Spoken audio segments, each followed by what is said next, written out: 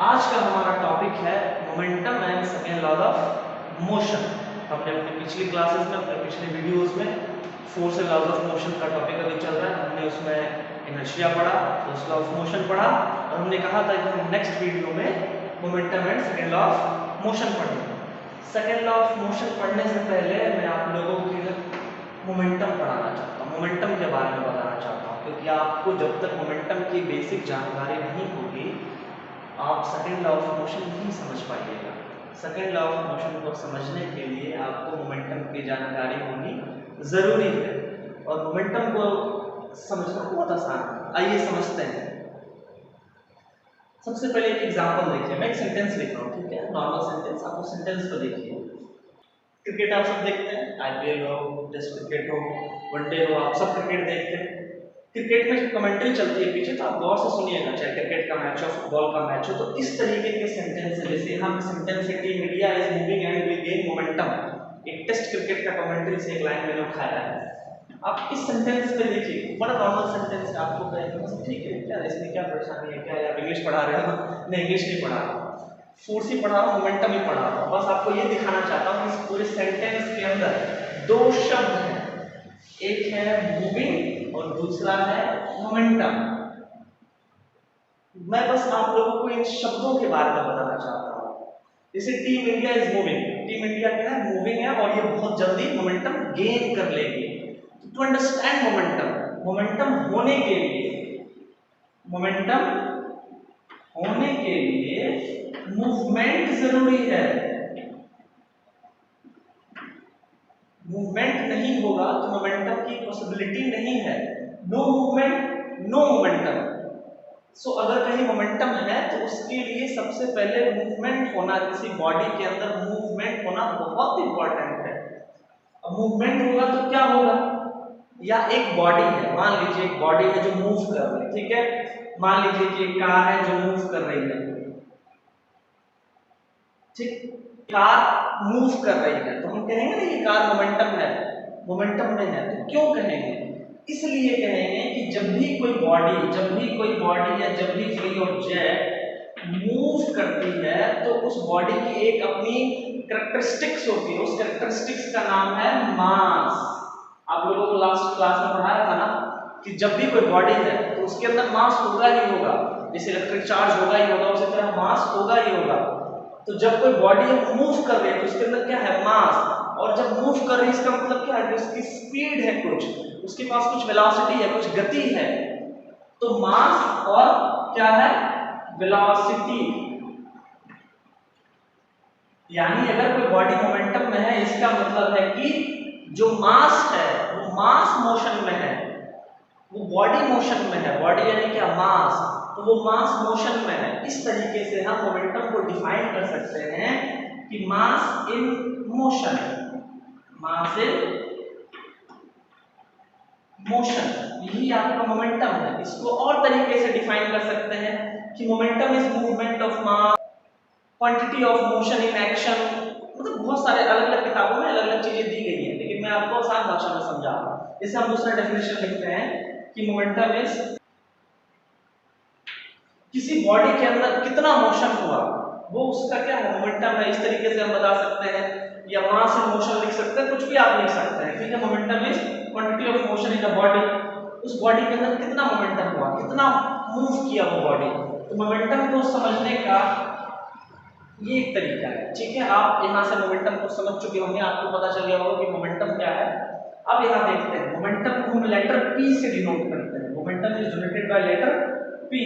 तो ये क्या है, मास है और क्या है, वेलोसिटी है। हमने क्या बोला, मास इन मोशन, हमने यही तो बोला कि मास इन मोशन। जब भी कोई ऑब्जेक्ट मोशन में होगा, हमने अपने पिछले क्लासेस में डिस्कस कर रखा है कि जब भी कोई ऑब्जेक्ट मोशन में होगा इसका मतलब है कि उसके पास कुछ वेलोसिटी होगी।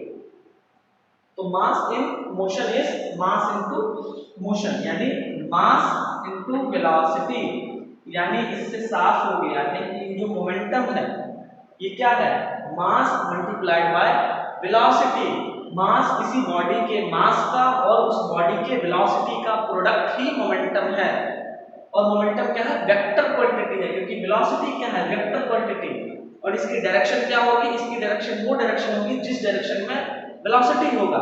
ठीक है, मोमेंटम क्या है बेटा, वेक्टर क्वांटिटी है। मोमेंटम क्या है, वेक्टर क्वांटिटी है। और इसकी एसआई यूनिट क्या है, तो मास की क्या है केजी, और वेलोसिटी की क्या रखोगे मीटर पर सेकंड, है कि नहीं, दोनों को मिला दो केजी मीटर पर सेकंड, इसकी क्या है मोमेंटम की एसआई यूनिट हो जाएगी। अब यहाँ से बात को आगे बढ़ाते हैं क्योंकि असली खेल यहाँ के बाद का है। मोमेंटम आपको समझ में आ चुका है, मोमेंटम क्या है, किसी भी बॉडी के वेलोसिटी और उसके मास का प्रोडक्ट। अब इससे मेरा सेंस क्या है, आप इस पे थोड़ा सा चर्चा करते हैं। इससे मेरा सेंस ये है कि अब जैसे दो चीज लीजिए, एक बॉडी है जिसका मास है 2 किलो और उसकी वेलोसिटी है 10 मीटर पर सेकेंड, दूसरी बॉडी है उसका मास भी है 2 किलो और उसकी वेलोसिटी लेकिन है 30 मीटर पर सेकेंड। अब मैं दोनों बॉडी से आपको टक्कर मारूं तो आपको किससे ज्यादा चोट लगेगी, ऑब्वियसली इस बॉडी से। क्यों, क्योंकि इसके पास वेलोसिटी ज्यादा है।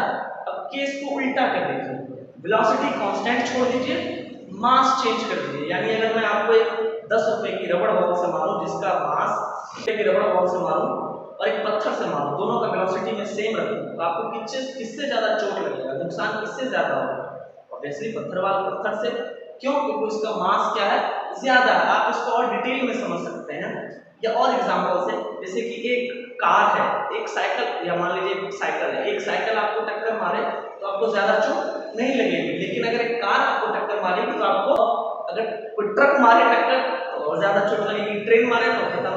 तो यही चीज है, जैसे जैसे मास बढ़ता जाएगा वैसे वैसे मोमेंटम बॉडी का बढ़ता जाएगा। सिमिलरली जैसे जैसे बॉडी का वेलोसिटी बढ़ता जाएगा उसी तरीके से उसका मोमेंटम बढ़ता जाएगा। यानी जो मास है वो डायरेक्टली प्रोपोर्शनल है किसके, मोमेंटम के, और वेलोसिटी भी है डायरेक्टली प्रोपोर्शनल किसके, मोमेंटम के। यानी आप मास बढ़ाइए तो भी मोमेंटम बढ़ जाएगा, आप वेलोसिटी को बढ़ा दीजिए तो भी मोमेंटम बढ़ जाएगा। आप मास बढ़ाइए तो भी मोमेंटम बढ़ेगा, वेलोसिटी बढ़ाइए तो भी मोमेंटम बढ़ता चला जाएगा। क्लियर है यहां तक। सेकेंड लॉ ऑफ मोशन कहता है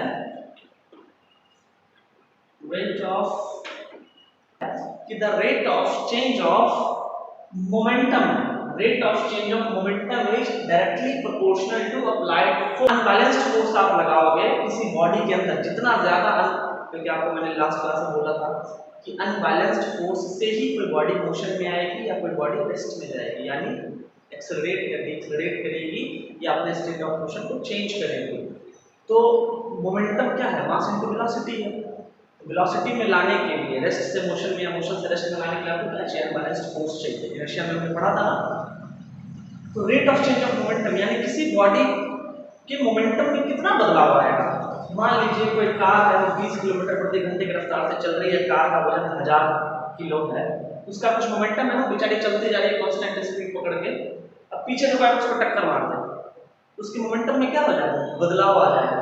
कैसा बदलाव आएगा, या तो कम हो जाएगा या ज्यादा हो जाएगा। पीछे से कोई टक्कर मारेगा तो ऑब्वियसली उसका मोमेंटम ज्यादा हो जाएगा। क्यों, क्योंकि मास तो चेंज नहीं होगा, मास तो कांस्टेंट है, उसकी वेलोसिटी बढ़ जाएगी। तो कितनी बढ़ गई, उसकी मोमेंटम में कितना बदलाव आया, क्वांटिटी ऑफ मोमेंटम कितना चेंज हुआ, वो किस पर डिपेंड करेगा, वो डिपेंड करेगा कि उस गाड़ी ने किस फोर्स के साथ उसको टक्कर मारी। यानी उस गाड़ी का कितना फोर्स लगा, उस गाड़ी ने कितना फोर्स दिया उसको, जितना फोर्स वो गाड़ी उसको देगा उतना ही इसके मोमेंटम में चेंज आएगा, उसी रेट से इसका मोमेंटम चेंज करेगा।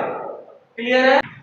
Amount of force, amount of acceleration depends on force apply. अब कहोगे सर यहाँ मोमेंटम से एक्सेलरेशन पे आप कहाँ आ गए, इसलिए आ गए बेटा क्योंकि वेलोसिटी जब कोई फोर्स अप्लाई करेंगे तो उसकी वेलोसिटी में चेंज आएगा ना।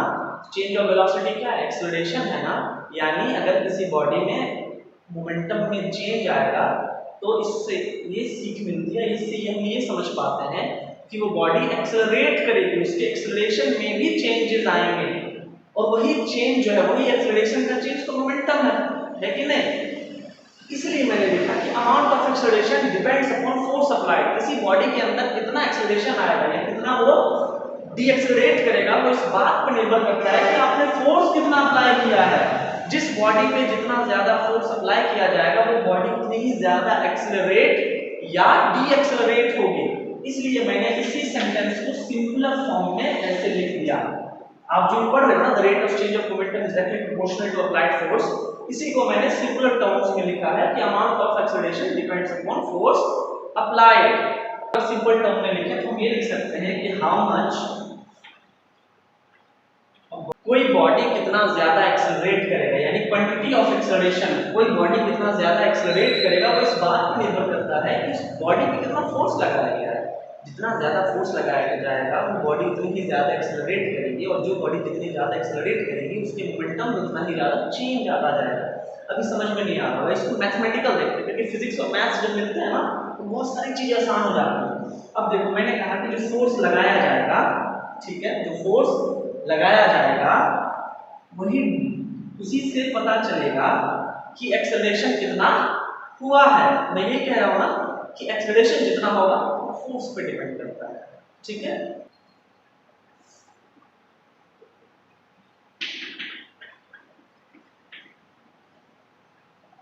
पी क्या है आपका मोमेंटम,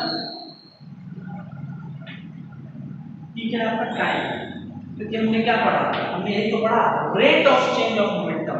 मोमेंटम का रेट ऑफ चेंज होगा किस पे डिपेंड करेगा, कितना फोर्स लगाया गया है। तो ऐसा कह दीजिए P क्या हो जाएगा, m into v upon t, v upon t क्या होता है एक्सेलरेशन, तो F इक्वल टू क्या हो जाएगा मास इनटू एक्सेलरेशन। क्यों, क्योंकि v upon t equal to क्या होता है a। यहां तक समझ में आया, यानी फोर्स क्या है मास इनटू एक्सेलरेशन, यानी फोर्स को हम एक और तरीके से डिफाइन कर सकते हैं, है कि नहीं। ये समझ में यहां तक आ गया होगा आपका इस फॉर्मूले को, ठीक है, यहां तक क्लियर। अब इस फॉर्मूले को सिर्फ लीजिए आप, ठीक है, इस फॉर्मूले को ये देखिए, बहुत फेमस फॉर्मूला है सुपर 12, देखा कैसे निकला ये, सीखे आप लोग। अब इससे आगे निकलिए, इसी t को f से गुणा कर दीजिए तो क्या हो जाएगा f इक्वल टू p, यानी जो मोमेंटम है वो किसके बराबर है, फोर्स इनटू टाइम। यानी मोमेंटम जो किस पे डिपेंड करता है कि कितना ज्यादा फोर्स लगा, यानी अमाउंट ऑफ फोर्स, और कितने समय के लिए लगा, तो कितना ज्यादा फोर्स लगा यानी amount of force, amount of force, और टाइम ये क्या बताता है, ये बताता है मोमेंटम, क्या बताता है, यानी कितना ज्यादा फोर्स लगा और कितने टाइम के लिए लगा, ये क्या है आपका मोमेंटम है। इसी को इंपल्स बोलते हैं, ठीक है, आप क्लास 11 में पढ़ोगे, इसी को इंपल्स बोलते हैं। यानी ये जो फॉर्मूला है Ft equal to P, momentum equal to force into time, इसी को इंपल्स बोलते हैं। और इंपल्स और मोमेंटम लगभग सेम चीज है, अभी समझेंगे जब एप्लीकेशन को समझेंगे, सेकंड लॉ ऑफ मोशन के एप्लीकेशन को, तब हम समझेंगे। इक्वल टू m है, ये तभी अप्लाई होगा जब मास क्या होगा, only when mass is constant. अगर मास कांस्टेंट नहीं होगा तो ये फार्मूला अप्लाई नहीं कर सकते, लेकिन आपके लेवल पे यानी हमारे लेवल पे 9th साइंस के लेवल पे कोई इशू नहीं होगा। हायर क्लासेस में जाइएगा देखिएगा, मैं कुछ फार्मूले यहाँ लिख रहा हूँ, ठीक है, हम उसको बाद में डिस्कस करेंगे, ये हम डिस्कस ऑलरेडी कर चुके हैं। मैं एक चीज आप लोगों को और बताना चाहता हूँ कि फोर्स जो है वो डायरेक्टली प्रोपोर्शनल है किसके, एक्सीलरेशन के, वेरी गुड, लेकिन एक्सीलरेशन जो है ये इनवर्सली प्रोपोर्शनल है मास के। कहने का मेरा मतलब है मोर फोर्स मोर एक्सेलरेशन, मोर मास लेस एक्सेलरेशन। किसी बॉडी में जब मास ज्यादा होगा तो वो एक्सेलरेट कम करेगा। साइकिल को ढुलका के देखिए, साइकिल आराम से पिघल जाता है, बाइक को ढुलकाइए उससे टफ है, कार को ढुलकाइए वो उससे ज्यादा टफर है, ट्रक को ढुलकाइए आप ढुलका ही नहीं पाएंगे, क्योंकि उसके लिए फोर्स बहुत ज्यादा चाहिए, क्योंकि उसका मास क्या है बहुत ज्यादा है। तो जैसे जैसे मास बढ़ रहा है एक्सेलरेशन क्या होता जाता है, कम होता जाता है, ठीक है। अब वो इसलिए क्यों बताया आपने, इसलिए बताया क्योंकि अभी इसका और इस कॉन्सेप्ट का इस्तेमाल करेंगे हम एप्लीकेशन में, किसके एप्लीकेशन में, सेकंड लॉ ऑफ मोशन के एप्लीकेशन में। इंपल्स क्लास 9th में जो एग्जांपल दिए जाते हैं सीट बेल्ट का या प्लेयर हाथ पीछे करता है, ये सब मोमेंटम है, लेकिन ये रियलिटी में इंपल्स में है सारी चीजें, ठीक है। तो मैं आपको इंपल्स के थ्रू ही समझाऊंगा। इंपल्स मैंने बता दिया क्या होता है कि कितना फोर्स कितने टाइम के लिए लगेगा, वही उसका मोमेंटम है, ठीक है। अब देखिए होता क्या है, अब ये सारी चीजों को आप देखिए, आप कॉन्सेप्ट में इन सब चीजों को रखिएगा जो मैं बताने जा रहा हूँ वो देखिएगा। इसको थोड़ा और समझने के लिए आप ऐसे समझ सकते हैं कि अगर मास को दोगुना कर दीजिएगा ना तो एक्सेलरेशन 1/4 हो जाएगा, मास को 3 गुना कर दीजिएगा तो एक्सेलरेशन 1/9 हो जाएगा, मास को 4 गुना कर दीजिएगा तो एक्सेलरेशन 1/16 हो जाएगा। यानी जैसे जैसे मास बढ़ेगा एक्सेलरेशन उल्टे दिशा में कम होता जाएगा, ज्यादा मास एक्सेलरेशन कम, ज्यादा और एक्सेलरेशन जैसे जैसे फोर्स बढ़ेगा एक्सेलरेशन वैसे वैसे और बढ़ता चला जाएगा। तो फोर्स डायरेक्टली प्रोपोर्शनल है एक्सेलरेशन के और मास एक्सेलरेशन के इनवर्सली प्रोपोर्शनल है, ठीक है। अब यहां से आगे बढ़ते हैं। अब देखिए जैसे कार में सीट बेल्ट होता है, क्या होता है, सीट बेल्ट होता है, वो कैसे काम करता है, सीट बेल्ट का एप्लीकेशन कैसे काम करता है, सीट बेल्ट का एप्लीकेशन काम करता है इंपल्स के थ्रू, किसके थ्रू, इंपल्स को बेस्ड है इसका। कैसे बेस्ड है, होता क्या है कि जब कार का एक्सीडेंट होता है, ठीक है, तो कार का जब एक्सीडेंट होता है तो वो कार हिट करती है, हिट करने के साथ क्या होता है उसके एक्सीलरेशन में बहुत ज्यादा चेंज आता है ना, वो कुछ सर्टेन एक्सीलरेशन पे होती है, सीधा वो एक्सीलरेट होती है रेस्ट पे आने के लिए। उस केस में क्या होता है कि जो सीट बेल्ट है वो क्या करता है, टाइम बढ़ा देता है।